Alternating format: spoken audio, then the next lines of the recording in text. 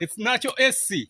So to drought resistant, to drought areas, to people who experience drought, we recommend them to plant as many fig trees as possible because this is natural SC. When you plant it in your compound, it acts as a thunder arrestor. Yeah. It can arrest the thunder because it balances that electricity underneath and then in the air.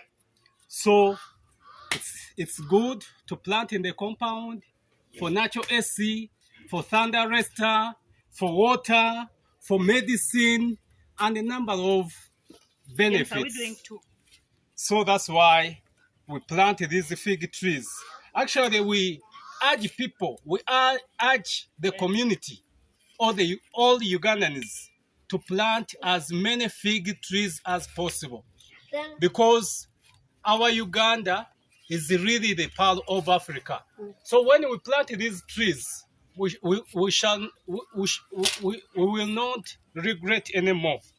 So that's why we planted these fig trees. And guess what, guys? We are ready to go all over the world to talk or teach about this fig tree. In the Bible, it's really big. If you come to start talking about the fig tree, you know what it means. How do they call Zachariah? Zacharias. Zacharias. This was the tree that he claimed for himself to be recognized by Jesus. Yeah. So we are ready to move around the whole country. Oh, to move around the world. We are ready. Anywhere, all over the world. Yeah, we can come teach about this tree. Hi guys, how are you today? Today is a Monday, meaning it's a working day.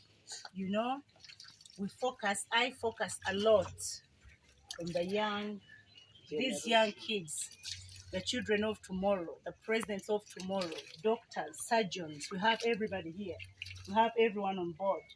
We are trying to teach them how they can go about our nation or at the whole country, the whole world at large. So here we are. We've come up with a fig tree whereby my colleague here, Mr. James Kalanda, he's going to help us on her. He will talk much more. But we want this generation to start knowing what are the benefits of the fig tree. How is it called in the Bible? How did it help that so-called sinner? He was a sinner. Everyone knows Zacharias or Zakayo in Uganda. That is my local language. So here we are. My colleague, go on. Yeah, here we are. So this is called the fig tree. It's a biblical tree. So yeah, you can come closer. It's a biblical tree, and it is a tree which existed here 5,000 years BC. That is 5,000 years before the birth of Jesus Christ. The tree was here.